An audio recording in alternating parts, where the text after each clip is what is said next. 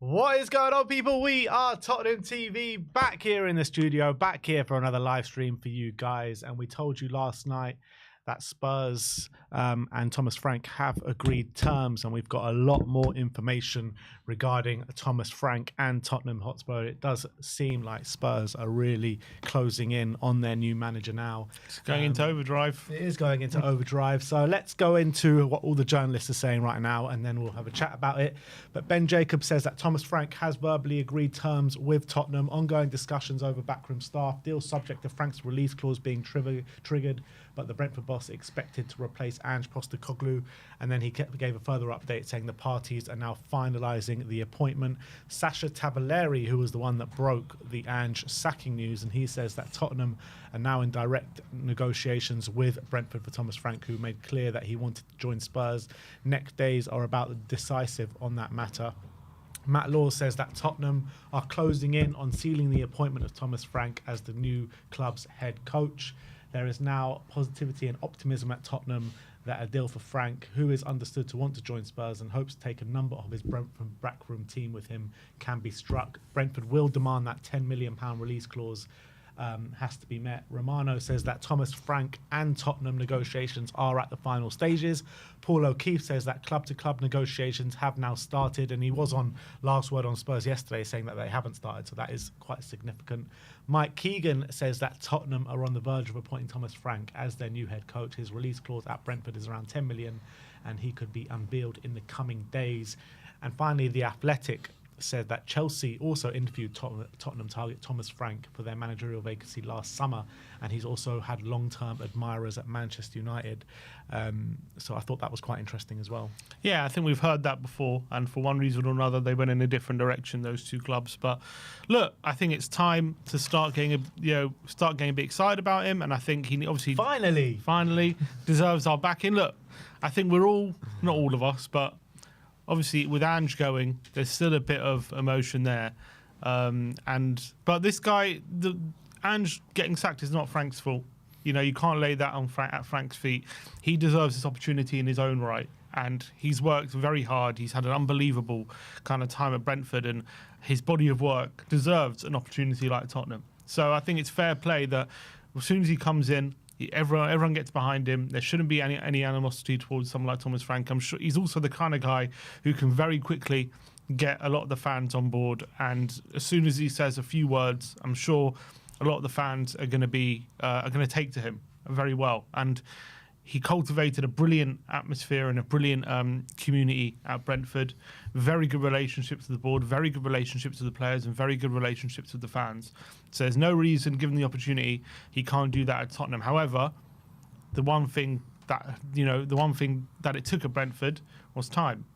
And first season there, he didn't get promoted. I think it was second or third season he got promoted, and it took time to develop everything, to develop all those relationships. And he was even assistant there for a bit. So that is one thing we're going to have to afford him. And that is one thing I think the Tottenham fans are running out of. Obviously, we did get that trophy, so maybe the clamour to win a trophy in this next season is maybe not as desperate as it was last season. But on the flip side, now we've got a taste of it, we also want to keep going, and that was kind of, we wanted to build on that trophy success by maybe getting more of a taste for winning things. So I think Tottenham fans will definitely be looking at those cup competitions again next year as something we want to take seriously. Now, that's something that Frank has struggled with. Obviously, he's playing with Brentford, so it's not a surprise, but from what I understand, being at Brentford, he has rotated massively in those cup competitions, and obviously ended up going out fairly early in a lot of those cup competitions. And that's something that I think a lot of Tottenham fans don't really have an appetite for at the moment. They want the cups to be taken very seriously. And obviously we ended up winning the Europa League last season by putting all eggs in that basket. And obviously we don't want another 17th finish again next season. But I hope he shows an ability to juggle multiple competitions next season in a better way than Ange did, and maybe a better way than he's shown at Brentford. And that, again, it's hard to judge him on certain things in terms of how many times has he won trophies, how many times has he got in certain positions, because he's playing with Brentford and they're the lowest wages in the league. So it'll be harsh to judge him and say, why aren't you doing all these things when you're not expected to? And as I've said before, every season he stays in the Prem is pretty much a miracle. So I think he's done a phenomenal job. But doing what he's done doesn't necessarily equate to winning trophies, winning all these things. That is a kind of remains to be seen kind of job. So it's going to be very intriguing. It's very exciting about what he can do here, but still a lot of unanswered questions. I think this guy's going to be a success here. I think he fits the club down to a T. I think he's going to get what it means to be a Tottenham manager. Ange Postecoglou got what it meant to be a Tottenham manager, but most people, in terms of the people inside of Tottenham, couldn't look past the league form, what it was last season. But in terms of his demeanour, in terms of his outlook, in terms of his words, he really did get what it meant to manage Tottenham Hotspur. And now he's up there with the illustrious managers of Bill Nick, and maybe not as high as Bill Nick and Keith Birkinshaw, but definitely up there with them. So I'm backing Thomas Frank to do the same. And, whether he wins a European competition or not, I don't know. But I do think that he can bring trophies to this football club. I do think he can bring success to this football club. And I think it's what we need at this moment in time, someone that can be adaptable. I think this is the way football's going a little bit as well. You need managers that are not just married to a system. You need managers that can adapt game on game, week on week, regarding who the opponent is. But even when you're adapting, you still have a clear philosophy about you in terms of you want to be aggressive, you want to attack, you want to be dangerous against, for the opposition. So I think Thomas Frank as well, with the way he comes across, I just think it suits really well everything that we're trying to do here at this football club. The way he improves players as well, that was a criticism that was thrown at Ange a lot this season. Who has he improved? Who has he improved? Well, look at the players that Thomas Frank has improved consistently at Brentford. Look at the number of goals he's got his attacking players to score year in, year out. Ivan Toney a couple of years ago, unbelievable amount of goals. Last year, Sade and Buemo and Wissa, I think 50 goals or over 50 goals between them. So it's a really exciting appointment. It's football that you can get behind, and it's not going to be, because there was a criticism towards Ange saying, especially from opposition managers, saying, look, we know how these guys are going to set up and we can set up to counteract that. I don't think that's going to be the case with Frank. I think he'll leave the opponent second guessing, and he's a very smart manager in terms of that as well. So I'm really excited for this appointment, guys. And don't get me wrong, I still feel for Ange Postecoglou. I still thank him from the bottom of my heart for what he delivered to this football club, European success. But I just feel like for longevity for this football club, I just feel like Thomas Frank is a better fit for us. I really do. And you were saying before about patience, and that is definitely what we're going to have as a club, fan base, hierarchy. You're looking at his starts at Bromby and at Brentford. Just his first 8 games alone, didn't win one game in his first 8 games for Bromby. Won one in his first 8 games for Brentford as well. So if he does that at Tottenham, I really hope that that Tottenham fans stick with it, because we saw what happened with Nuno, and that was even with winning the first 3 games. And Spurs fans didn't stick with it. The club didn't stick with it. But if it's a slow start and a slow burner, it shouldn't sway us off course. We need to back this guy from the bottom of our hearts. Well, I completely agree, and that's what it's going to take. The only frustration is we just seem to find ourselves back here so often, asking for patience, asking for managers to be given time, all these different things. So that is the main frustration I have with the fact that we're back here again. Just after winning a trophy, there was an opportunity to build on it and not have to have this season where we're asking for patience, actually truly judge a manager on what he's doing next season. Now it kind of feels like whatever Frank does next season, we can't really judge him, because his first year, it's going to take time. Unless he does really well.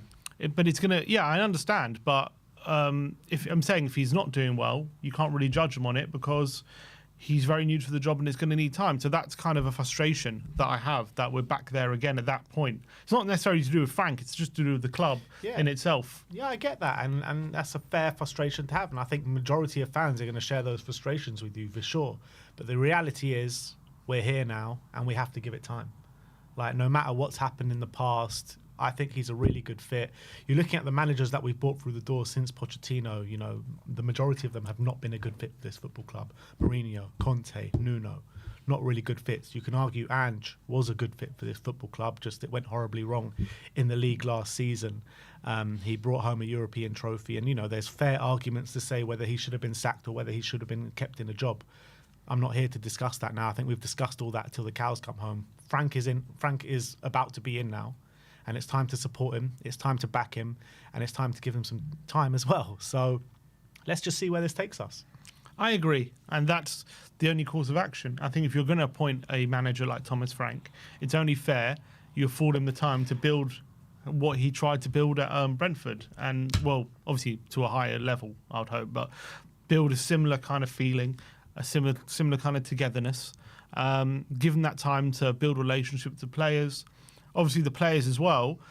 The problem as well we have next season is obviously Brentford have been playing one game a week. Now, the reason I'm saying that's a problem is because they're so adaptable with different systems. You need that time on the training pitch to really kind of perfect those different systems and how you change mid-game and what the different situations and commands. Now, he's not going to get that at Tottenham. He's going to have a pre-season, don't get me wrong, but that pre-season is going to be used, in my opinion, to be looking at a load of the players in the squad, deciding who he wants, who he doesn't want, and a lot of the time, and is going to be spent kind of assessing who the right characters are for him, who the right players to fit what he wants to do. And that's going to take up a lot of the time. And maybe come the end of pre-season, he'll make judgment calls on this guy's out, this guy's in, and new players are going to have to come in. I predict maybe one, if we're lucky, or two. One player maybe, I reckon, before pre-season, and he's going to wait to see, take a look at the squad himself, I reckon, before making any decisions about any other players. And the problem is, when new players are coming in, we're releasing new players, then the hustle and bustle, Premier League, Champions League, got the Super Cup straight away as well, and domestic cups. Now, is he going to get that time he needs to kind of perfect all those systems straight away?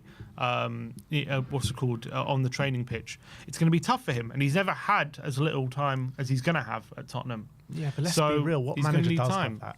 What manager does have that? Have the time to coming into a new job, particularly if you're in Europe, to perfect each and every system that they want to play. Like, you know, every manager that comes into a new club is going to need time, and the first year is always kind of a bedding in year unless you really hit the ground running. Right, but that's why you need a manager who's done it before.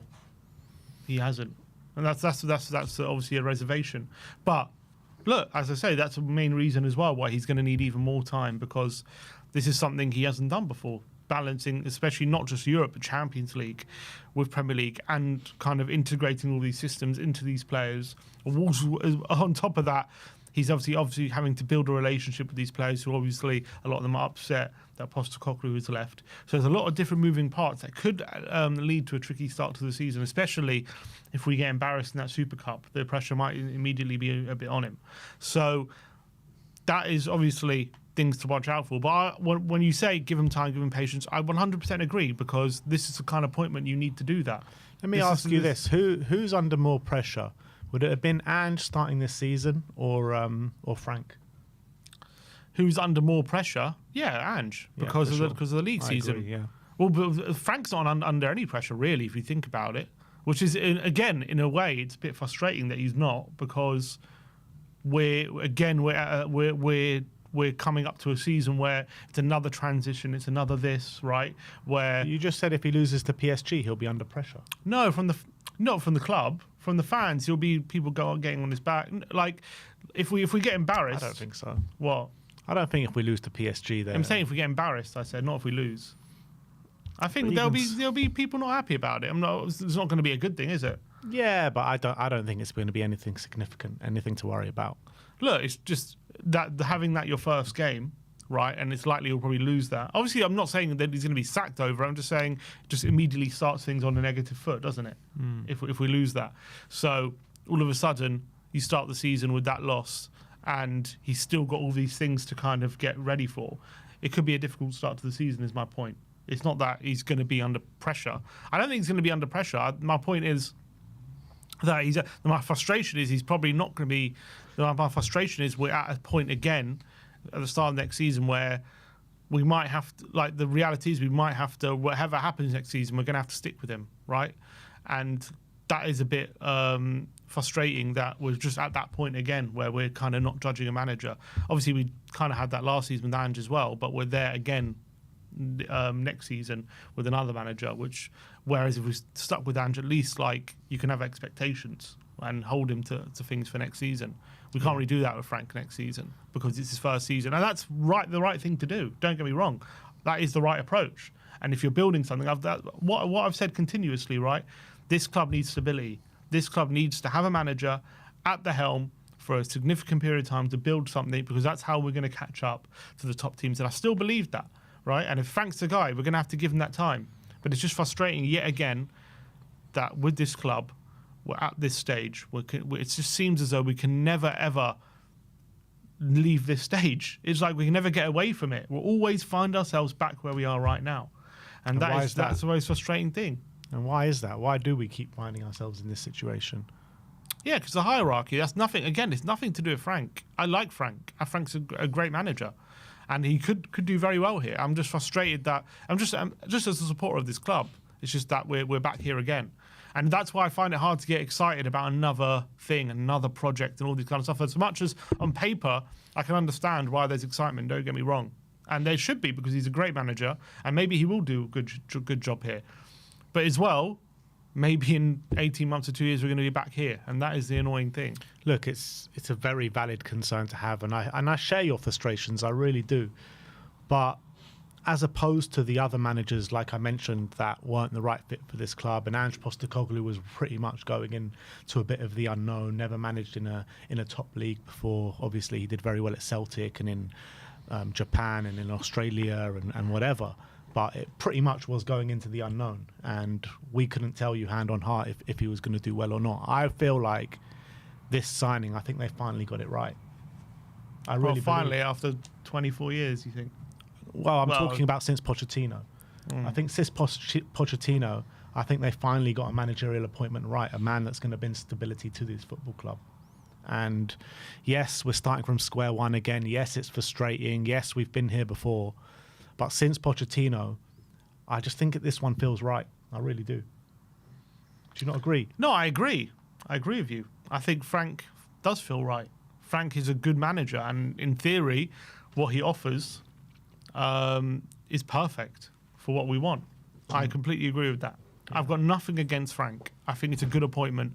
I think it's probably the right appointment, given that we've sacked Ange. I think it's the right guy to go with. I probably wouldn't have sacked him for Frank, but the fact that we have sacked him, I think Frank is 100% the right guy in terms of what we're looking for. But there is still risk elements to it, and those questions have to be answered. But again, I like him. I think he deserves this opportunity with what he's done at Brentford, 100%. And I am excited and interested to see how he gets on in terms of how he translates his methods to Tottenham. Is it an immediate fit? How it kind of how it translates, because there's all this theorising, but until it happens, we just kind of have to wait and see until how it actually works out, him actually coming to a top club. Because Brentford to Tottenham is a big jump in terms of size of the club. Yep. You know, he hasn't even gone to like a middle club. It's like, I know Brentford right now are a middle club in the Premier League because he's put them there, but in terms of size of the club and wage budget, they're near the bottom, yeah. Yeah, they're near the bottom. There's a lot of clubs in between, and he's getting quite a big jump to Tottenham. So I'm excited to see if that translates immediately and how he gets on, because I think there's been a lot of people talk about Thomas Frank over the years about how he deserves this job and why his methods could easily translate. So I'm very excited to see how he does it, but he's got a very difficult first season in my book ahead of him. Yeah, he does, and I back him to come through it, and I back us. I think by the end of next season, the guys that are kind of like on the fence with him a little bit, I think he'll win them over. And I think we'll progressively get better as the season. I'm not saying we're going to have a successful season, win a trophy, or even finish in the top 4, top 5, but I think he'll win a lot of fans over. And as long as we're progressing through the season and we're better in the last stage of the season as we are in the first half of the season, which I think we'll be, then I think, a lot of fans will buy into it. Yeah, 100%. And as long as they've seen a team improving. But it's interesting to see how we judge him as well. How do we judge Frank next season? I think that's how we got to judge him. We got to judge him if he can get this team progressing throughout the season, if he can show signs of consistency, if his tactical methods that we've seen at Brentford, if he relays that on a bigger scale at Tottenham, if he can juggle two competitions, like all these things, we just need to see improvement, and we need to see a path of longevity with this manager. And if he can prove all these things, I'm not saying he's going to prove all these things in the first season, but if we can see light at the end of the tunnel with this thing, with this project that we're going on, I think usually in the first season it doesn't always go well, but you can see kind of like green shoots, can't you, of where this project is going to take you. And I think that's what I'm looking for this season. So what does green shoots look like? Is it? It looks top like 8, top 10, top 6, top 8 for sure. For sure, we can't finish below 8th. And look, even if we do, I'm not saying sack him at the end of the season. Like I said, if we have a dreadful first half to the season and he's just imprinting his methods, getting the team to buy into it and all that kind of stuff, and then second half of the season, you're really starting to see it click and everything, and you finish in the top 8 or like 9th or 8th, like I would still say, give it another season, give it another 2 seasons. You need to just give it time until he can really put his ideas across and get the right people into this football club that will really buy into his methods. I think you just got to stick with it. So, you know, dropping out of European football for next season would be acceptable? It's not acceptable, but it's a pathway to becoming acceptable. I don't think people are going to be happy if at the end of Maybe the not. season. Maybe people won't be happy, but I'm saying if you can see the team improving, then why would that not be a good thing to stick with? In the league, you would. But if we're not, obviously, if we're not being in European football, that means we finished outside the top 7 and we've not won a trophy. And yes, anyone's going to be able to improve on last season's league form. Is that what we're judging on? I'm not taking it on last season. I'm talking about this season. If we're poor to start off with and we gradually improve as the season progresses, that's enough for me to say, look, keep this guy on. Okay. Depends what that looks like for me. Like, I want to see if the big criticism of Ange was you think like the league season was so bad, you need to be able to juggle both competitions. Then I want to see Frank at least getting out the group stages and getting back into that top 7, top 6 conversation. Yeah, everyone wants to see that. But that's what he's brought in for, isn't it? Is he brought in for He's not brought in on a short-term job, though. He's brought in surely for a long-term project. But you've sacked a manager who's won a European Cup for him, so there's a reason to do that. You've sacked a manager because he finished 17th, not because he's won a European trophy. I never said because, I said that has. Yeah. Yeah. So if you're doing that, you're saying, right, they said in their statement, we want a manager who can compete on all fronts. Exactly. Right? Yeah. And if he finishes 8th, and wherever and doesn't win a trophy, does that count as competing on all fronts?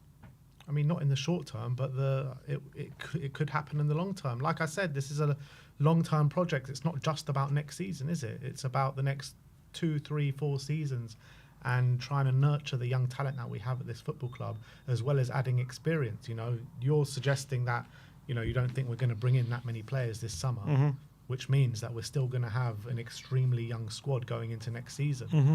So it's going to be very hard to compete on all fronts with the squad that we have. No matter how good Thomas Frank is in terms of getting the best out of his talent, the squad isn't strong enough for that. We've got so many teenagers and young 20-year-olds at this football club. His job is to nurture these talents and get them at the best for this football club. I don't think that happens in the short-term future. I think it's a slow burner, and it's probably going to happen over the next 2 or 3 years. Does competing on all fronts meaning, obviously, let's say he is 8th in the league, does that mean he has to have good cup runs? Sorry, say that again. When they say competing on all fronts, yeah. If we do finish 8th in the league, I'm not saying he has to win a cup. Does it mean we have to have good cup runs if we're finishing that low? I don't think it means we have to do anything next season. I think next season is all about just bedding him in, giving the club an identity again in terms of Frank's identity, and nurturing these young talents. I don't think next season we have to do anything. Obviously, if we finish 17th again, he's going to get sacked. That's an obvious. But if we finish like in respectable positions and do decent in the cups, I think that's something that you could go on. I think when you're talking about competing on all fronts, Ange showed in 2 years of being at this football club, he can't compete on all fronts. That's what he showed. So he'll give him a year. If he doesn't compete on all fronts in the first year, I think he'll still be given a pass to the second year. But in the second year, he has to do that. Right. Okay. Yeah. And look, as I said, I think that's the right approach. That's the right thing to do. It's just I'm trying to nail down how we judge him for next season, because I'm judging it by their own club's statement. They say a different approach will make us be available to compete on both fronts. So do we judge that for next season, or are we going to have to be patient? Do the club judge it on next season? Are the club just going to give him a free pass for next season? I'm just trying to pass out what we think about that. Yeah, it's going to be difficult, isn't it? Like, I can only say like what I think. I can't tell you what the club are thinking or what, you know, each and every fan is thinking. But obviously, I want to see us be successful next season and win a trophy and finish in the top 5. But I just got a feeling that's just a bit too much to ask of Thomas Frank coming into this job at this moment in time. I agree, but yeah, I agree. It probably is too much to ask him to do what no manager has done, basically, in the Premier League era in his first season. I'll be super surprised and super impressed if he can do it, but I think it's a lot to ask of him to do that. But I also think we all know that 17th, we all know we shouldn't have been there in the squad-wise. Hopefully Frank's not going to have a injury crisis like we did last season, so he should be able to not have that situation. Obviously, we don't know what's going to happen with Romero, all these kind of players, but we know that in a weird way, in terms of league position, he's going to have a massive improvement on what we did last season. It's almost guaranteed. Yeah. So it's almost like even if we finish 10th or 11th, you'll have fans saying, "Oh, what a massive improvement." But is that like do we think that? Do you think is that a fair judgment to say it's a massive improvement just because he's improved on 17th, or do we have to have specific targets for him? Well, factually, it is a massive improvement. But like I said, but if he wins 11th and doesn't win the trophy, then it's a poor season. Huh? Then it's a poor season. So, I mean, I don't know. I mean, we can keep going around in circles. Like, I don't think there's going to be specific target. I mean, the target for him will be getting back into European football. That'll be the main objective for him next season, putting him from the club. I think that if we get him back into European football, I think the club will be delighted with that. What, just Europa League? Europa League or Champions League, I think one of those two. Champions League, yes. Well, we're in Champions League this season. If we drop down to Europa League, would they be delighted? I think they'll take it for sure. It'll be another opportunity to win a trophy the year after. We'll be one of the favourites going into that Europa League again. I wouldn't say delighted, though, the club. They'll be happy. Would they? I think so. They'll be happy dropping down from Champions League into Europa League. I mean, we got into Champions League through the back door. We've been nowhere near Champions League finishes. Well, I guess we got 5th with Ange, but from going to 17th to finishing in Champions League through the league is like, that's an incredible jump. Like, you won't see many teams in the history of the Premier League that have done that. No one has, but we know that the 17th finish isn't the true level of this squad, but the winning Europa League was. Mm-hmm.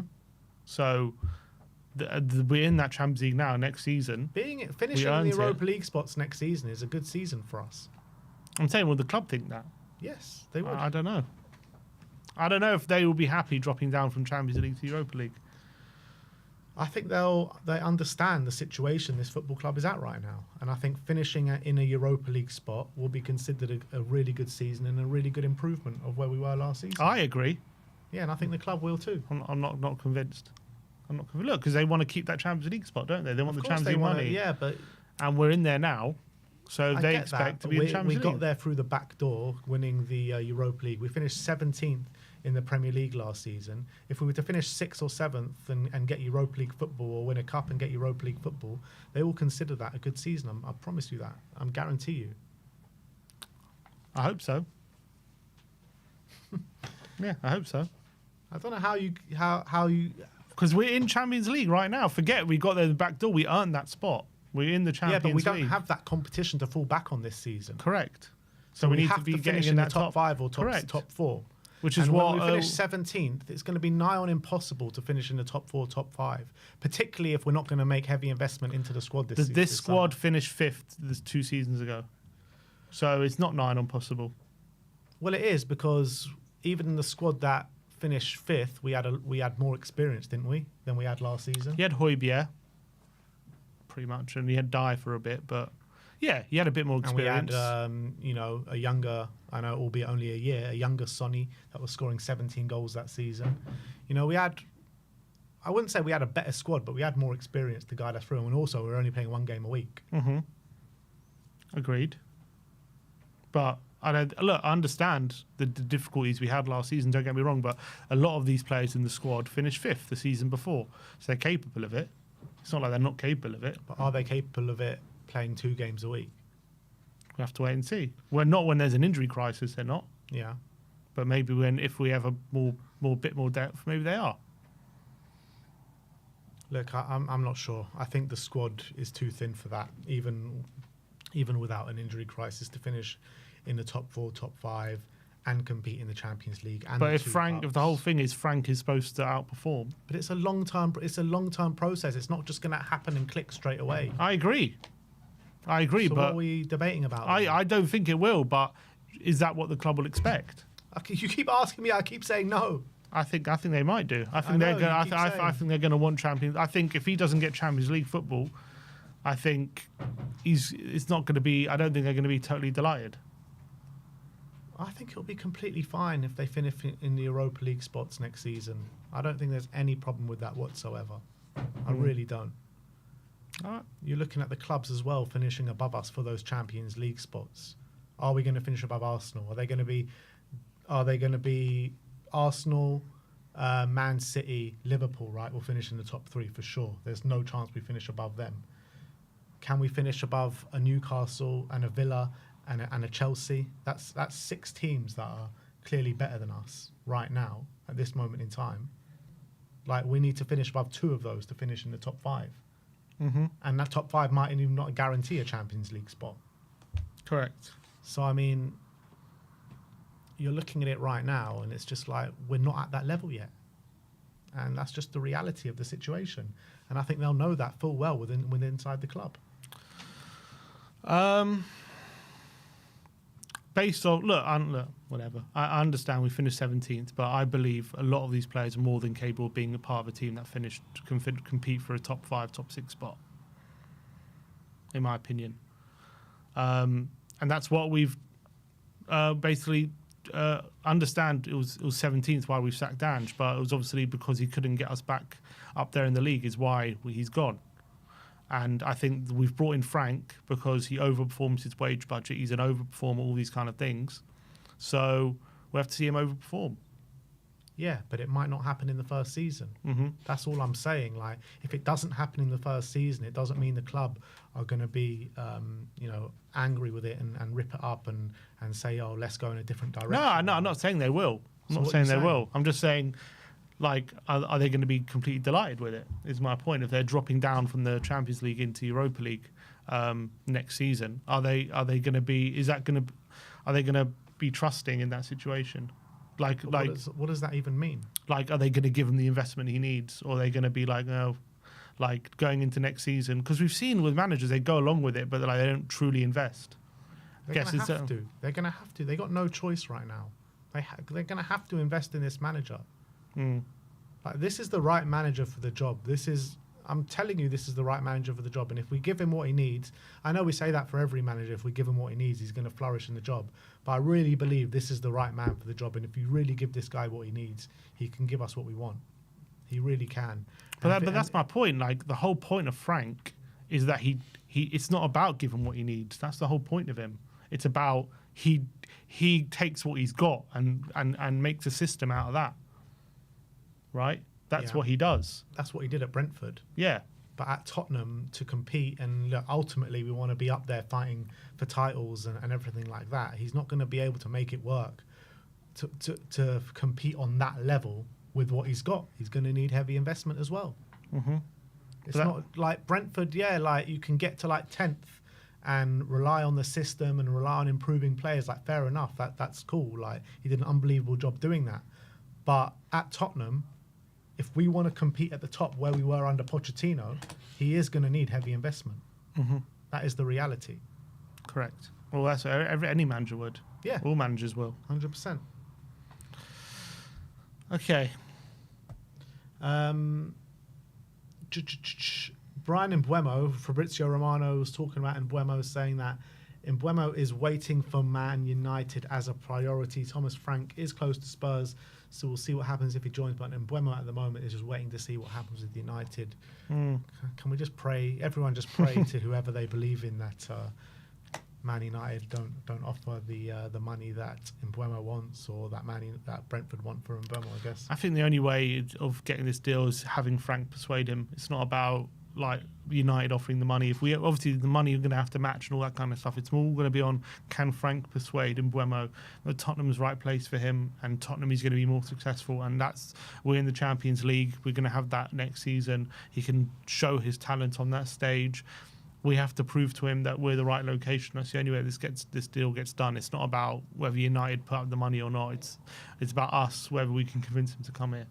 Yeah, I mean, it also depends on if Man United can agree that deal with Brentford, because I don't think that's happened yet. No, it hasn't. And why has that not happened yet? And that we've heard murmurings about Mbuemo and United agreeing personal terms. Has that been done? Who knows? I'm not sure if that's been done either. So while that hasn't happened, there's always a chance, isn't there? Always. So we'll see what happens. But I think if we get Mbuemo in, that is the real marquee signing we need to kick this project off. I really believe that. I think it'll be an unbelievable signing for us if we can, in a position that we desperately need. That would be like clearly an upgrade on someone that he knows as well, very well. He knows how to use him. And Bremo knows how Frank would want to play under him, and they have a good relationship. So that would be a phenomenal to be fair, signing. United said that about Anthony. You know, Anthony was Ten Hag's guy from Ajax. Yeah. He said, well, everyone, Ten Hag knows how to use Anthony and blah, blah, blah. Yeah, but it's one thing Eredivisie. Yeah, exactly. The caveat was he was moving leagues. And Kuti Romero, Marca say that Levy is attempting to extend Romero's contract with an improved salary. He is currently determined to join Atletico, though Spurs are demanding 70 million euros to sell the centre-back. How do you think this plays out? Yeah, I think he's going to want to leave, to be honest. I don't know if it's telling or not that we haven't heard from him yet in terms of any public statements. Is it because he doesn't want to make one? Is it because he wants to hold his tongue right now in terms of what's happened? But I do think it's intriguing that we haven't heard from him. We obviously have heard a lot of rumours that his future's tied to Ange's future, and they have a great relationship, and he wanted Ange to stay. And off the back of that, we know that it was already going to be a struggle to keep him away from Atletico, even with Ange staying. So I think he probably does leave. I don't think he agrees a new contract. I think Atletico will come in for him. And it's about whether they'll stump up the money we want and all that kind of stuff. But I think that is a deal that I envisage being done this summer. Yeah. Unless Frank has a frank conversation with him, and maybe can convince him. Look, he's a very good manager. He's a good talker. Maybe he can talk Romero around and convince him. But for me, even if he does, I don't see him signing a contract. There's a possibility where maybe he convinces him to stay, but I just don't see him convincing him to sign a contract. And whether Tottenham want to run the risk of him going into his last year is also another question. So yeah, I agree with that. I mean, do you believe that Romero's future, he actually said that, like, my future is aligned to Ange Postecoglou, and, if he stays, I stay, and if he goes, I go? I don't think it was that simple, but I do think he wanted him to stay, and I do think he was more happier to stay if Ange was here. But it's not to say if he goes, I'm out. I think it's probably more like, I wanted him to stay, you've now sacked him, and now, given where the squad's at, or where we finished, all that kind of stuff, and given that he's a World Cup winner and all these things, I think unless the new manager could convince him to stay, he'll probably look to leave. But it's not to say it's impossible for that to happen. Do you reckon there was a case of him maybe using this as an excuse to get his move? What, Ange leaving? Yeah, like those words saying that my future's aligned to a manager who, maybe inside the club they potentially knew or thought that this could happen. Is this a way for him to maybe push for a move? I don't think he needs this to push for a move.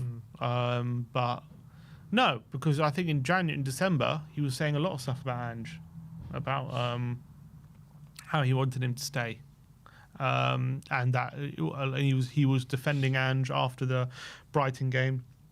I'm not saying he doesn't like Ange and he's not very close with Ange, but he's also saying whilst Ange was here, I want to play in Spain and all these kind of things, and that's while Ange was here. So with the rumours coming out, or with saying like my future's aligned to Ange Postecoglou, and if Ange was to leave, I'm going to leave as well. Is that just an excuse to push for a move out the door? I don't think he needs that excuse. If he wanted, I don't think he needs to use the Ange as an excuse to leave. Maybe, but I don't see. Well, I don't understand the counter argument. Like, otherwise he wouldn't have an excuse to leave. Yeah, I mean, I guess he would have an excuse to leave, but he's making, the manager as one of his excuses. Maybe he doesn't have to use it, but maybe he is using it. Maybe, I don't know. I just think he liked him. I don't think it's necessarily true that if Ange stayed, he definitely would have stayed. I just think he liked him, and I just think he wanted him to stay, and I think it's been borne out. And I don't think it's about him saying now Ange is gone, I'm definitely leaving. I just more as a case of you've sacked the manager I like, right? So I've got 2 years left of my contract now. Am I going to sign? Are you going to look to sell me? Yes, I might. The new manager might convince me to stay, but I don't know if he's going to convince me to sign, kind of thing. Do you think he would have signed or would have stayed if Ange got kept on? Again, I don't know if he would have signed even if Ange stayed, but I think again he might have been happy to stay. Yeah, maybe. Or maybe he would have signed a year deal or something. Because we did even hear, like, whilst Ange was here a few months ago, that Atletico were coming in for him in a big way, and he was desperate for the move, and he was, already in talks with Atletico Madrid at that time whilst Ange was here. Yeah, so, but then we also heard if we won the Europa League, things could change for that. Yeah. So look, we'll see what happens with that. I don't know. I feel like if a big offer does come in, Spurs will accept it, and it'll be a shame because like we're not going to get a defender of that quality to come in, so it will set us back a little bit. But I think having Kuti in an Ange system is probably more important. I mean, it's obviously always going to be important to us, but I feel like we're going to miss him more in an Ange system than he would in a Frank system. Put it that way. I agree with that because I think the defenders are a lot less isolated in how he plays at Brentford anyway, how we like to play. They're not as isolated. So look, whatever system you put Romero in, you can be better off. So obviously he's going to be missed. But I agree, he was much more crucial to maybe Ange than potentially Frank. Sammy Mockbell's just given us a few updates, and he says that Tottenham are expected to confirm the departure of CFO Scott Munn this week. Munn was a key figure in an appointment of Ange Postecoglou in June 2023. So none of the Aussies are safe at this football club, it seems. Yeah. What do you think? How do you think Scott Munn feels? Do you feel like he feels hard done by and he's been a success and he's been let go, or do you feel like he feels like fair enough? I don't know. It's difficult, isn't it? Because it depends how you define Ange Postecoglou's time here at the club. Obviously, he's had the biggest success of any other manager since 1984. But then again, if you just look at the league form and the league form alone, the points per game from the start till the finish was absolutely dreadful. So, don't know. It depends how Scott Munn kind of values Ange Postecoglou's job and which part he focuses on more. Because if you focus on the cup win, unbelievable.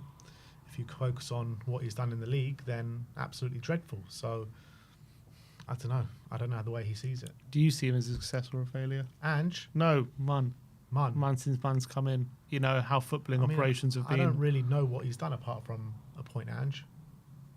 So basically, you're just asking me, do I think Ange has been in a no? Because he started, because obviously he started this whole thing about the recruitment buying up young. Obviously, he didn't buy the players, but I'm pretty sure the direction of the club was probably a lot down to him. Obviously, it was his idea to appoint Ange, but also probably go in a younger direction when it comes to player recruitment and all this kind of stuff. And I think we will reap the benefits of it. We'd like to Bergvall and Gray and down the line, but maybe last season, we suffered the. What happened with having all those players, especially with an injury crisis, how we're relying on them all the time. That we definitely got punished for that. But he came in 2023 to oversee footballing operations. And he's obviously only lasted 2 years. But in that time, we've brought in a lot of talented young players. We had a disastrous league campaign, but we also broke our trophy drought of 17 years. There's a lot of cases say. I think he's not as bad as people say he is, but there's also another case to say, well, that 17th campaign played a big part in that as well. Yeah, I feel like if literally everything on the footballing side is down to him, then he didn't leave us in a spot last season in terms of how many players we brought in and with the caliber of player we brought in to compete on all fronts and compete of what we wanted to do last season. And yes, the injury crisis kind of exacerbated that and made it a lot worse than what it was. But still, if you're getting rid of like experienced players like Højbjerg and bringing in Bergvall and Gray, and look, Bergvall ended up being an unbelievable signing in the second half of the season. He was our best player and got our player of the year. So it's hard to criticise that one. But Archie Gray, for me, clearly wasn't ready for a midfield spot in the Premier League, and you're taking out someone like an experienced head like Pierre-Emile Højbjerg, who didn't really fit the system under Ange Postecoglou. I think we needed more experience last season to compete on all fronts, and we just didn't get that. Yeah, that's fair enough. I feel like part of me feels like he's been a bit hard done by. He's been like scapegoated a bit for what's happened in the league. Whereas he'll probably feel like he was brought in to maybe bring in a guy who can maybe break that trophy drought, and he'll feel like maybe he's done it because that was the big thing, surrounding these last however long. This club has been obsessed with breaking that trophy drought, hasn't it?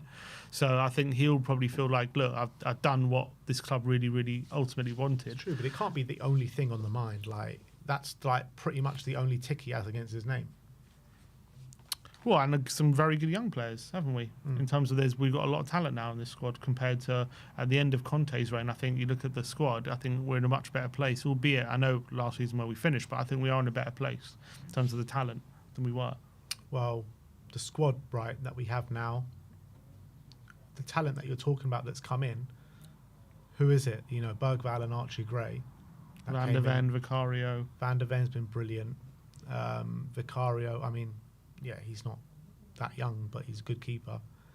But, a lot of the young players as well came in before Scott Munn. So, this whole refreshing the squad with young players started before Scott Munn.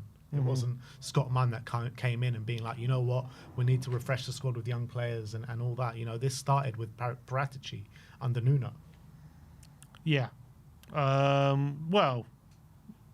With Sarr and Udogie and these kind of guys. That's where it started. Well, we signed Sarr and Udogie and then loaned them out, didn't we, for a year? Yeah. And then but that's when the kind of signing youngsters started to happen. So that plan was already in place. Yeah. Yeah, true. So, I can't give credit to Scott Munn for, being like coming in and saying, you know what, this squad, we need to bring in young players and we need to revolutionise this team. He kind of carried on what Paratici started. Well, yeah, but we weren't really using them until it's not the point if we were using them or not. Like, that was the plan. The plan was to eventually use them. Yeah, but we brought Sarr back and Conte wasn't using him, was he? Yeah. That's not to do with Scott Munn. That's to do with the manager. I know, but Scott Munn, maybe there was in terms of footballing operations, there was maybe an approach from the club saying, okay, we're going to get these young, we're going to put them in the squad, we're going to put them in the first team, we're going to start using them. And that's the direction this first team is going to go. Maybe it went too far in one direction, potentially, I would say. But I definitely think he was part of that. Another thing where it's a good point with the super chat from Dark Sun G. Another thing that he's been heavily criticised for, because it was him that brought in all these medical guys that have been absolutely shocking. Yeah, that's fair. That's fair. And obviously we're ripping that up, aren't we? And it's very interesting. We're obviously, Ange is like blaming the medical team. The medical team have had criticisms of the coaching staff, and the club decided to getting rid of both. Yeah. Both have a lot to blame, and we're just going to sack both of them and go in a completely different direction. Yeah. I'm just reading a tweet here. Where was it? Talk Bees, which is a Brentford account. They have, according to them, this freelance journalist said Sab Tabutu, who covers Brentford, Fulham, and he's a freelance journalist, Premier League accredited. He says that Thomas Frank wants to bring Romero and Nathan Collins with him to Spurs. Nah, come on, we don't need Nathan Collins. That's here. what he's saying. And apparently Brentford fans rate him highly. Nathan Collins. Nathan Collins. Where was How Collins old is before Brady? I think he's fairly young. 25 maybe? 24. 24. He was at Wolves. But it was Wolves. Yeah, he was quite Wolves, good at Burnley, Wolves. Stoke. Yeah. He wants to bring Nathan Collins with him.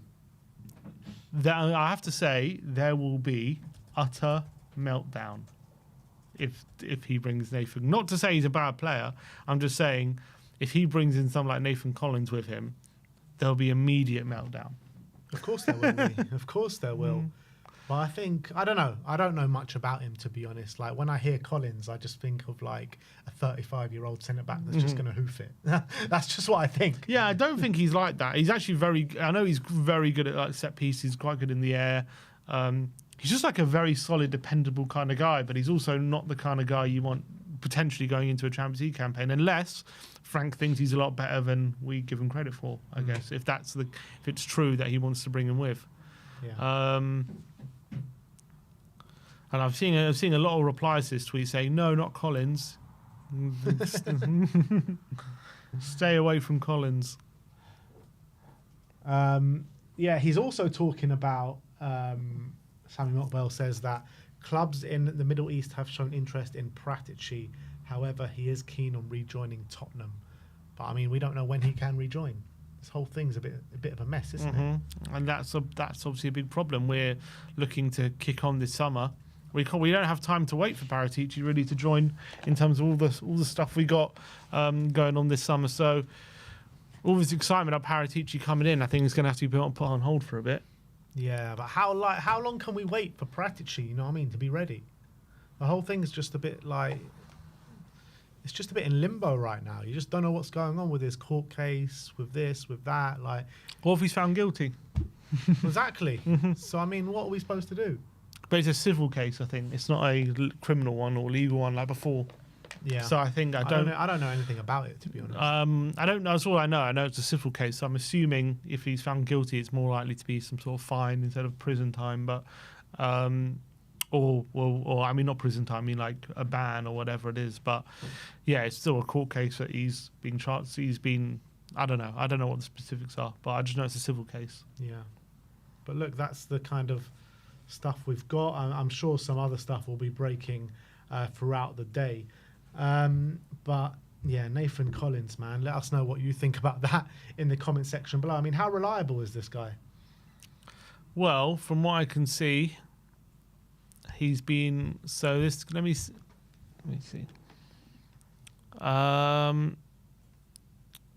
He posted an exclusive today. He's a journalist, a freelance journalist that covers Brentford. He said Tottenham are set to meet Brentford's release clause on Thomas Frank in the coming hours, with the Bees head coach having said his goodbyes to the club this morning, according to the Hounslow Herald sources. So he reports for the Hounslow Herald. Frank, who guided Brentford to 10th in the league last season, is a front runner to replace Ange and is set to end his 7.5-year stay. Frank is believed to have a 10 million release clause. Spurs are willing to meet.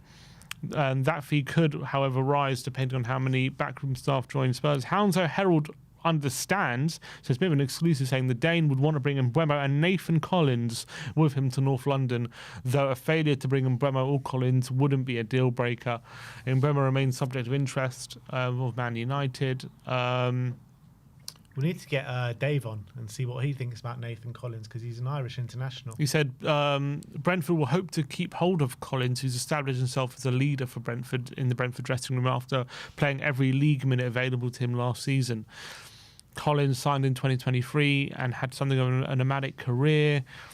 You know, the Irish, it'll be his fourth move in 4 years, particularly to a London club, and a chance to reunite with Frank, who would not necessarily be something Collins would be against. And with Romero angling for a move from Tottenham, a space could open up for Collins. If we replaced Rukuti Romero with Nathan Collins, man. Oh, boy. Although Collins was signed for 22 million. So signed for a significant fee. I remember him being quite good at Wolves. I remember him, and I think he has been pretty good at Brentford. Three assists and 2 goals this season. Yeah, he's very good at set pieces. He's good at getting on the end of things. I know that. And he was quite. I remember him being quite good at Wolves as well. But you want him at Spurs? No. I'm not sure if I'm saying no just because he's not a flashy name, but I don't know. He just seems so Brentford. You know what I mean? Nath, I tell you something. If we bring in Nath, if we replace Romero with Collins, the whole fan base is going to be in complete meltdown. Yeah, absolutely. And this rebuild gets off to a very rocky start. If we rebuild with bloody Nathan Collins and Norgard, but it is caveated with Mbeumo. I guess that'd be all right. I wouldn't mind that. If it means if Nathan Collins means bringing in Mbeumo, I'll take it. I'll probably take it. Or even if it means replacing Romero with him. Oh, just Tottenham. You can have Mbeumo, but it means you have to start Nathan Collins at centre back. How about that? Can never have it too good. I just don't know. We need to look into Nathan Collins a bit more, because anyone in the comments, Nathan Collins, what are we thinking? I feel like we're just like laughing at it just because of his name. Look, I think he's a good player, but is he not just like a mid-table player? I don't know. I get what Sim means. He's one of those players I feel founders level at Brentford and wouldn't be able to take us up a gear. Yeah, it's kind of how I feel. I mean, it's very conflicting in the comments. Some saying terrible, some saying good. So I don't know. Frank turning us into Brentford.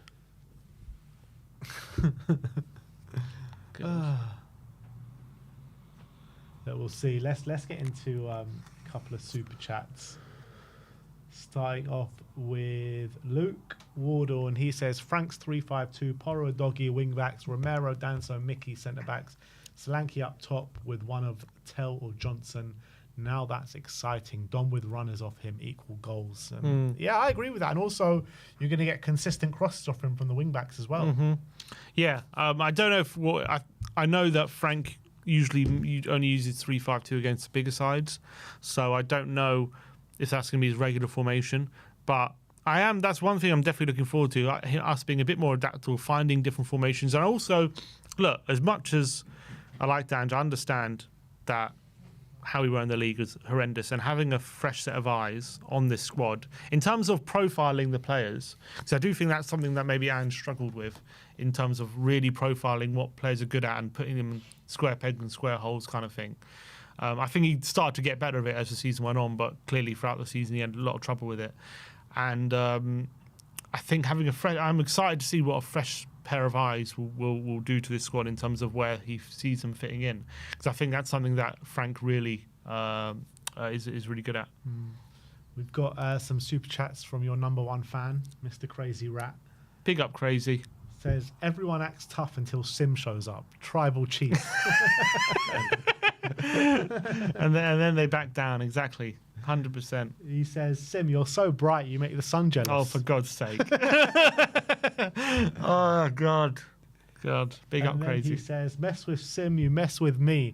# justice for Ange. We have to move on from Ange. I understand that. It's a shame, but look, everyone has to get behind Frank. 100%. Jory with the members chat, member for 51 months, the Jorical. Wow. Big up to you. And he says, Frank's only real challenge will be culture. Boardroom and fan culture will be a pro footy culture finally emerge front and centre. Then he will be massive. So he's saying Frank has a real challenge on changing the culture at the football club. Yeah, I guess. Yeah. I guess every manager has that. Yeah, though, don't they? exactly. There's always been a cultural problem. Michael Bowman with the super chat says Frank has a EQ. IQ maybe means. Yeah, probably. The players will be on side by the start of the season. Time to be optimistic. All aboard. Hashtag come on you Spurs. Chew. Fucking chew, people. All aboard. All aboard. Thomas the Frank engine, man. Do do do do do do do do do do do do do do. Come on. Simon says Frank's appointment grew on me. He adapts to his players' strengths. He wanted Nusa at Brentford, a dribbly winger, totally unlike Mbuemo. So I'm confident he can get the best out of Odegaard too. That's fair. Yeah, Because Odegaard's fairly similar profile to Yeah. Nusa, so yeah, maybe he did want someone in that squad. Look, he's got a lot of different profiles, a lot of talent in the Tottenham squad, so it's gonna be interesting to see how he fits each player and each kind of how he fits them in. yeah. Dark Sun G saying, didn't Munn mess up our medical department terribly? And yeah, that's the super chat I was alluding to before. And He he did. definitely did do that. Not that it needed messing up, but it just got even worse. Good Beats says we change director of football and managers every 18 months. Clueless. 100%. Sometimes, no, I'm not saying we had to stick with it. I'm just saying at some point you do have to stick with something. If you just keep chopping and changing, and then when something goes wrong, you're changing again. Like, you're never going to build anything. And that's my main frustration with all the change yet again this summer, because you just got to build something at some point. But I guess, look, I understand 17th. You kind of say, where is it actually going? And that's fair as well. But at some point, this isn't the first time it's happened, is it? It's like every time, 18 months, change. Yeah. So at some point you're gonna have to stick with something. And if it's not, and if we don't, if this Frank thing doesn't work out, it's just we're already at this stage. Like, who is ever going to work out? We're Yeah. already at that stage. Yeah. So, I mean, I'm sick of saying it's the last straw because it's clearly not. But Next super chat is from Samuel Jarvis. No comment, just the super chat there. So thank you very much for the support. Dark Sanji saying, imagine Vuskovic under Frank with Kuti and Van de Ven. I do think people need to just like temper their expectations on Vuskovic. If they think he's going to come in next season and just be starting for us week in, week out, I mean, I just don't think that's going to be the case. yeah, I think again, even if he sticks around, he's going to need time to bed in. He's going to need a few months. So, especially, I don't see him starting games anytime soon. And Samuel Jarvis says, don't worry, Ange coming back next season, mate. Yeah, I'm not sure. You know how there's always a clamour to get Poch back. Do you reckon there'll ever be down the line a clamour to bring back Ange? Don't think so. No. No. Maybe from you, but Yeah, apart bring from him that- back, mate. Come on, get him back. Nah, I don't think so. What about one day when we have a really settled squad, and like we just need someone to get us over the line for a trophy, like when we had that period where Poch got sacked, that kind of period. Maybe interim, but nah, I Kind can't of see it. get Ange in just to get us over the line, get us a trophy, and he can go. Don't think so. Why not? Just don't think so. I I think, would like it. I wouldn't mind it. yeah, Would you not be welcome back in that thing? he'll be welcome back. You know, come and speak to us on the pitch and stuff like that. But Wouldn't be welcome back as a manager. I don't think so.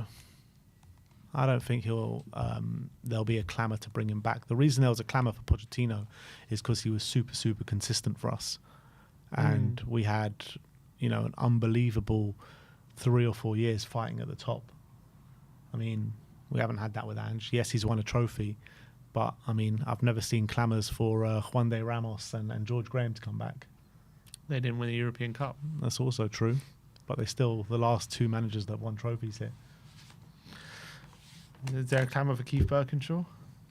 I don't know. Not right now, there's not. I think he's a bit old for that. That's the only one you can compare it to. Yeah. But There's more super chats. next one says, This guy got back to us. One sec. I hope Frank brings his set piece coach with him. 100%. He needs to bring that guy. And SSJ says, we lost 22 games, yet you still cry. Move on. One second. Move on, Tim, is what they're saying. I'm moving on, but it's still doesn't sound like it. Huh? It doesn't sound slowly. like it. What's the rush? The rush is we're about to appoint our new manager. Okay, so as I've always said, as soon as I hear him speak, I'll get fully on board and I'll get excited. But we haven't heard it yet, so I'm allowed to still be whinging a bit. There's an interesting thing that's doing the rounds on social media at the moment, an exchange between Ange and Bissouma on, I don't know if it's WhatsApp or Snapchat or whatever. So Ange messaged him saying, "Hi Bis, sorry I missed your call. I'm very proud of you. It was an honour to share a dressing room with you and appreciate how much you believed in what we were trying to achieve. I wish you the best in the future. I'll always be following. Much love from my family to yours." And he responds saying, "Thank you, Gaffer, and thank you really much for everything you did for me on and off the pitch. I'll always be grateful to the way you believed me and trusted me was incredible. I'm going to miss you, but it's football life and got a lot to said, but I think you know what I'm thinking about you already. So I just wishing you all the best for the future and may God protect you and your family. Hashtag big boss love." And then he just responded saying, "Always by your side, Bis." He's got him saved in his phone as Big Ange. Big. Love that. Absolutely love that. Yeah, I wonder what the future holds for him and other players who maybe their future looked decided before Ange sacking, but now maybe there'll be changes. Yeah. Has to be changes. What else have we got? Any other news filtering through? At the moment, this Brentford guy might come on. Let me see. Is he? What's he say? Said he might be able to come on. Let me see. But yeah, I mean, apart from that, there's not really much other news. I'm sure stuff will keep filtering through throughout the day, though. That's the thing. Let me see. Let's see what he replies. Would you like to hear from a Brentford fan? They would love to hear from a Brentford fan and how much he's going to be better than Big Ange for us. As much as I do love Big Ange, man, don't get me wrong, I do love him, and we've had a up and down relationship, me and Big Ange. But yeah, I can't help but feel sad the way he left this football club and after delivering that trophy. But like I keep saying, I do think this is the right move. I really do. But let us know what you think in the comment section below. Do you think this is the right move for Tottenham Hotspur? Frank coming into Tottenham, and it seems to be a matter of days now. Oh, Sammy, send me a link. Until it's absolutely official.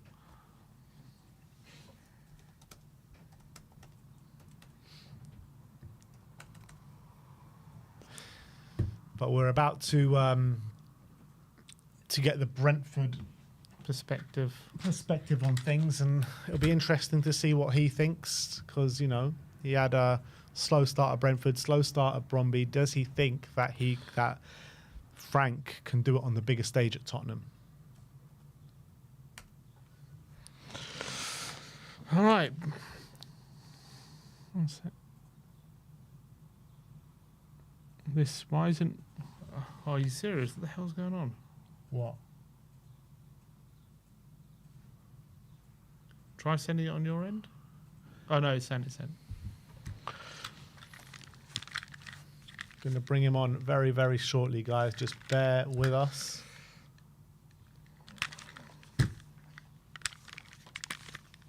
His name's Michael Johnston. Michael Johnston. Johnston. Michael Johnson. He's a producer for 5 Live Sport. And he's founder of the Ealing Road podcast. So, yeah, it'll be really interesting to see what his thoughts are on Frank. And I'm sure Brentford fans are just devastated at this moment in time for losing Frank.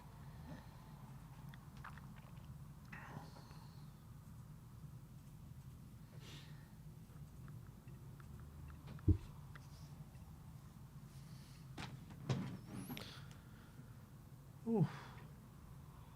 It's time to get excited, people. It is time to get excited.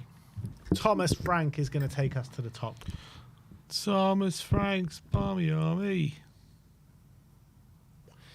Are we the Barmy Army now? Barmy Army. Blue and White Army. Thomas Frank's Blue Army. Thomas Frank's Blue Army. At least say it with chest. Come on. Say it with chest. I have to see it first. Can't say it with chest until we've won a game. Yeah, of course you can.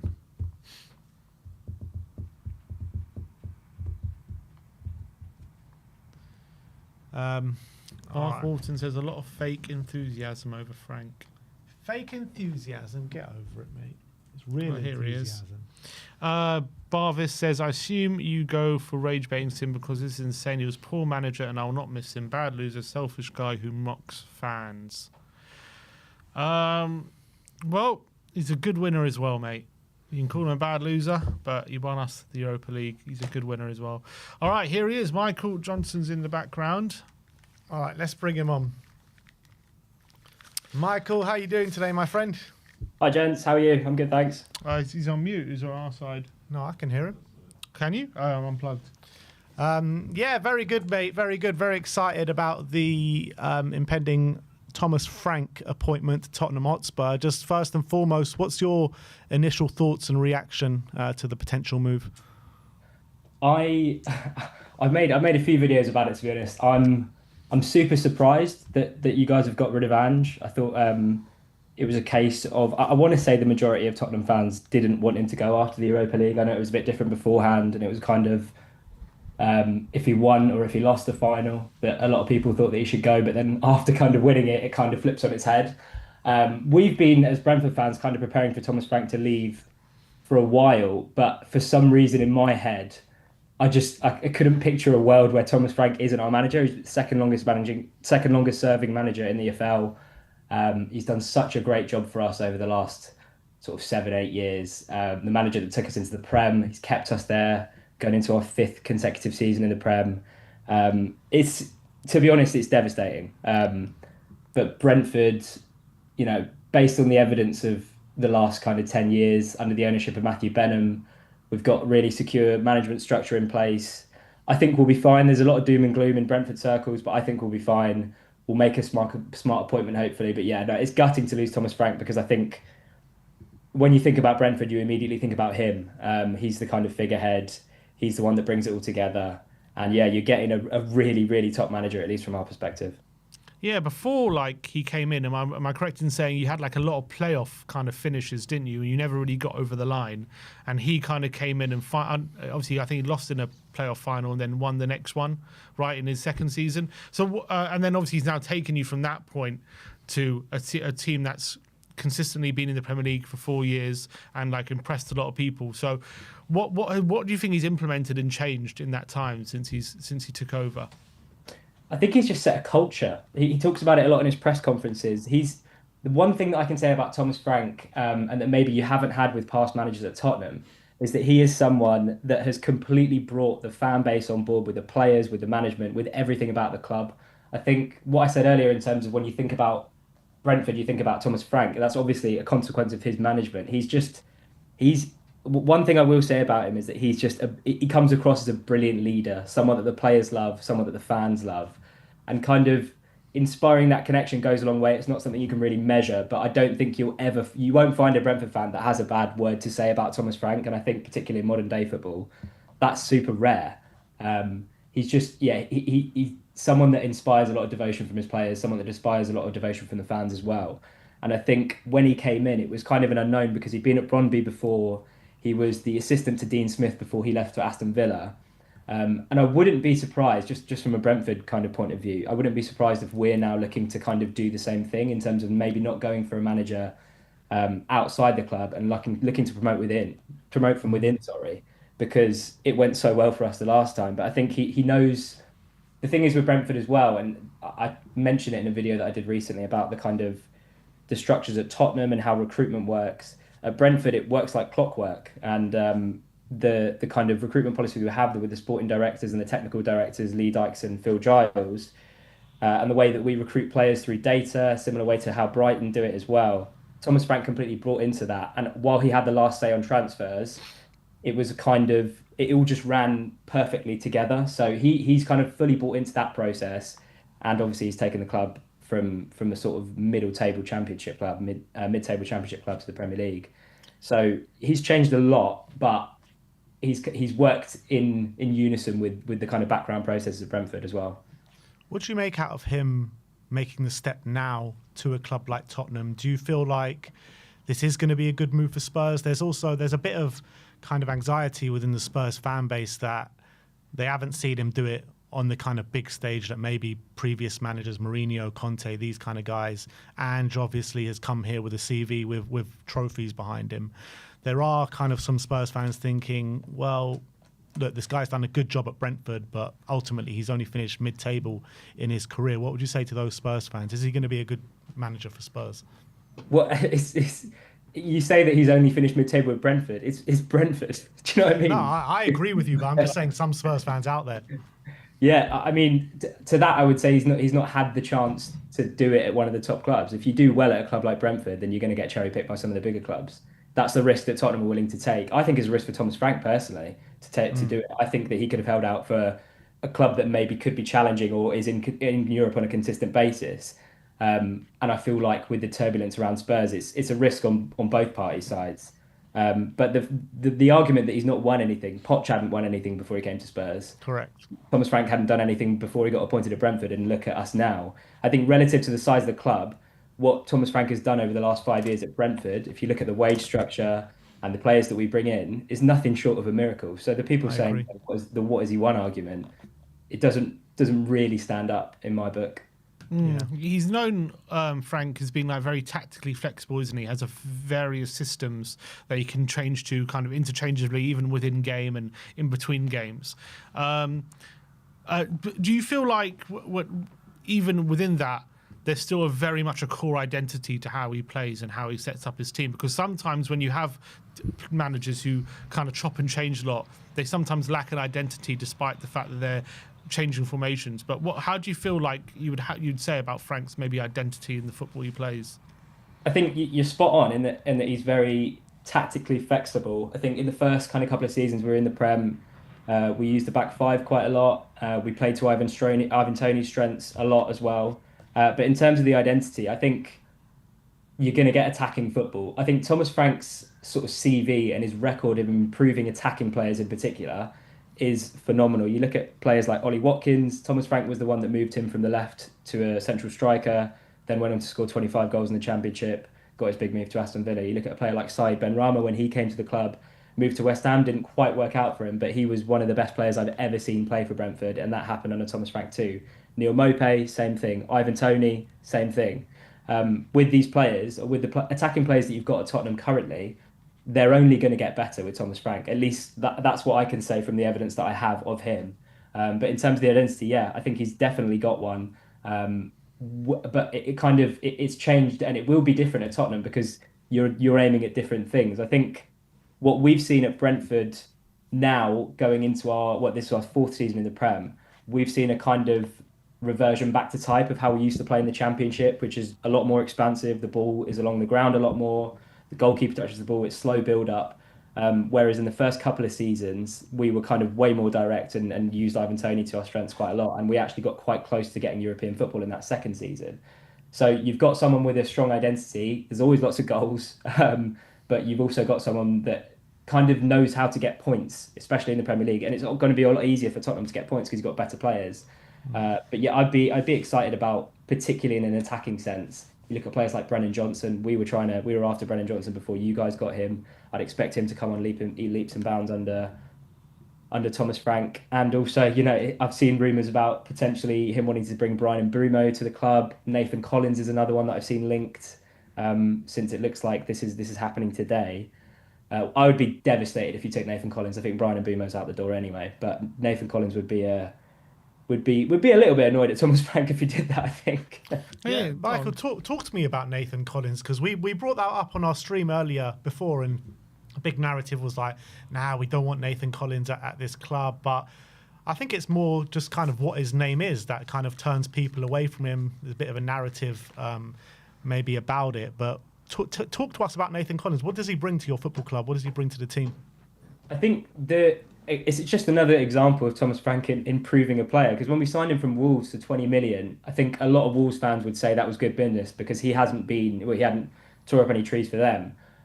But since he's come in and since he started to get sustained minutes, last season was his kind of first season, and he was playing week in, week out, and he struggled a little bit with consistency. We kind of labelled him as a player that was always really, really good or really, really bad. There was kind of no in between. But this season, he's been our best defender by a mile. And whilst Brentford haven't had the best defensive record this season, it's weird because he has been. If we didn't have amazing seasons for Johan Wissa and Brian Mbeumo and Mikael Damsgaard, he would be kind of next in the list for player of the season. But in terms of him as a player, I would say he has, and I've said this before on other podcasts, I would say he has all of the qualities to be like a top modern day centre half. He's got your traditional qualities. He bullies attackers. He can head the ball, but also this season especially, playing out from the back, he's been immense. Can pick a pass. He's one that's really excited us this season because he's kind of shown the traits that you need to be a captain. And we've said on our podcast all season long that he is going to be a future captain of Brentford, which is why there would be some ill will, I think, from certain sections of the fan base if you were to take him. So yeah, I'm worried about that one, to be honest. So what do you think if Tottenham were to sell Kuti Romero, Collins would be able to step up into that role? Those are big shoes to fill, for sure. But I mean, on the trajectory that he's currently on, I would say yeah, because he's just wow. To see a footballer go from a level that, not that we've written him off, but with Brentford signings, they do kind of take a little bit of time to kind of adjust to the Premier League. You look at players like Keane Lewis-Potter, Kevin Schade, even Johan Wissa when he came to the club. They're only sort of hitting their peaks now. Nathan Collins was not that great last season, and now he's at a level where we're talking about him as one of our best players, and he's still only 23, 24. So he's got a lot of time to develop. We've been talking, me and my brother, about like what kind of players we have who would fit a Thomas Frank kind of system or a Thomas Frank way of playing kind of thing. But it's hard to do, right, when you're talking about Thomas Frank, because does Thomas Frank develop his system for the players that he's got, or does he have a way of playing and he fits those players into that system? What direction is it? Because if it is the former, if he does kind of fit his system, if he does kind of create a system to the players he has, then it's kind of hard to say what players we got that is going to be like in a Thomas Frank way of playing, because the Thomas Frank way of playing is just based on the players he's got, isn't it? I mean, yeah, to a certain degree, but it goes back to what I said about him being sort of tactically flexible. With different players, they can fill different roles. I look at someone like Bentancur and Basuma.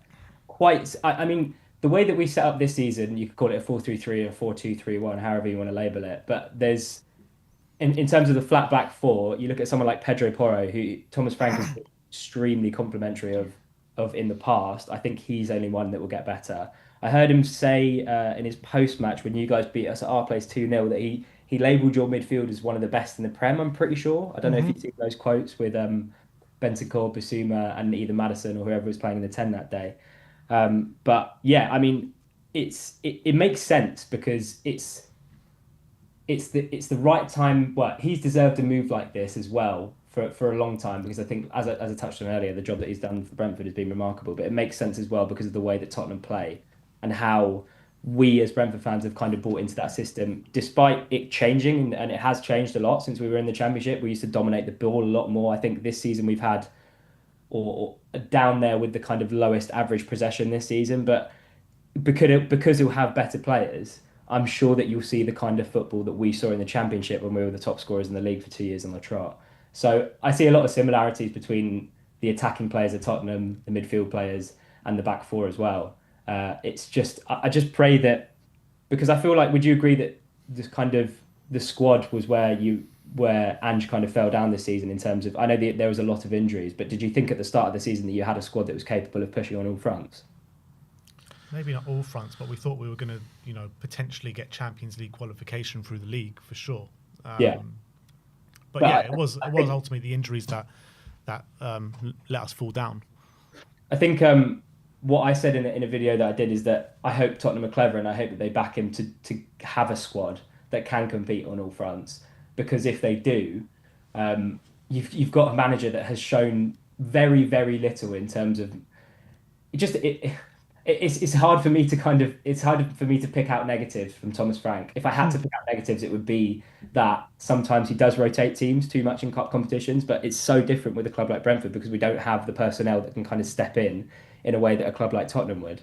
And I said I hope Daniel Levy and the Spurs hierarchy is smart because if you're going to bring this guy in, then you need to trust that it's going to take a bit of time, but if you back him in the right way, then it will work. One position I want to talk to you about is the goalkeeping position under a Frank system, because you've had Flecken, you had David Raya, who are very good with playing out from the back, good with the ball with their feet. We've got Vicario, who's it's not his strongest point, but we've got a sub goalkeeper in Kinski who is unbelievable at it. Do you feel like Vicario's place could be under threat here under Frank? I think so, because the thing that annoys me about Vicario sometimes is not even that he's not that great with his feet. It's just his commanding of his box. I feel like that's something that David Raya is phenomenal at. And when Mark Flecken came in at the back end of last season, he just didn't. The crosses would come into the box, and you were just never that confident he was going to do anything with it. But yeah, having seen Kinski play with his feet when he came in for the cup games, I did think he's really, really confident. You look at someone like Mark Flecken this season, and I think he's had on average per game, he has up there with the most touches for a goalkeeper in the league this season. So, and he's come on leaps and bounds with his feet. I think distribution wise, he was kind of almost at David Raya's level, which is saying a lot because I thought David Raya distribution wise is one of the best goalkeepers in the league / Europe. And Flecken has been kind of up to that standard. So I don't watch Vicario every week in terms of using the ball with his feet. But yeah, if Kinski's levels ahead and isn't that far behind in terms of the other kind of metrics, then yeah, maybe. Yeah, some people... one reservation, I guess, some Tottenham fans are having is the fact that Frank has never managed on the European stage in terms of he's never had European football. He's never managed 2 games a week. I know in the Championship, obviously you play quite a lot more often than the Premier League, but with obviously we've got Champions League football next season, and Frank's never managed at that level before. So from your point of view, have you got any kind of worry that he's going to be up to the task of juggling both competitions, Premier League and Champions League, at the first time of asking? Or is it for you kind of like you're not sure, maybe wait and see? I think I'd lean towards the latter, to be honest. Obviously, that's what I mentioned about it sort of being a risk on both sides because he hasn't had that experience of managing top level football Wednesday, Saturday, or whenever it's full. Yes, he's had that experience in the Championship. And, in that league season, we managed to finish third in both. And we went up the second time, but obviously the standard is very different. I just think there's a lot of unknowns, and that's why I stress the kind of risk on both sides. Because from a Brentford perspective, we're saying it's a really good appointment for you guys if he gets the backing and if he gets the time, and if there might be changes with the kind of ownership structure or however that works. But it is also a risk because he's not had that kind of experience. But what I will say is that all of the evidence we have so far.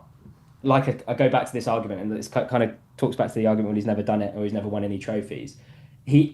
For a club like Brentford, I just think it goes under the radar so much for a club like Brentford and the only way that we have been looking really and truly since we've been in the Prem is up. We almost got Europe this season. We almost got Europe a couple of seasons ago. Last season was a bit of a blip, but as you guys will appreciate, we had a massive injury crisis last season, and it was just unprecedented the amount of injuries we had in key positions.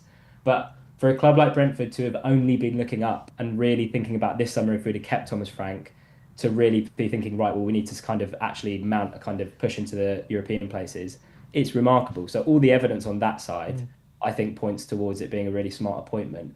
But like you said, he hasn't done it at that level before, so you just have to kind of wait and see. But his first game is going to be against PSG, so who knows? where Michael, where would you, as a Brentford fan, rank him in terms of in the Premier League? Where in terms of quality of manager, where do you think he ranks in the Premier League? I think he's elite. I think he's right up there. Honestly, that's why I said I think he could have held out for a kind of maybe not held out, because I think when you get an opportunity like this, you have to kind of take it. But I think, when Klopp left, I think he was in the running to I think the Liverpool structure were looking at him as a potential replacement for Klopp at Liverpool. I think he's that good. And I think it could be the start. I don't want to romanticize it heavily, but it could be the start of his kind of career as a top level manager. I think you only need to, and I know Pep Guardiola praises a lot of teams right before he's about to beat them or right after he's beat them 6-0.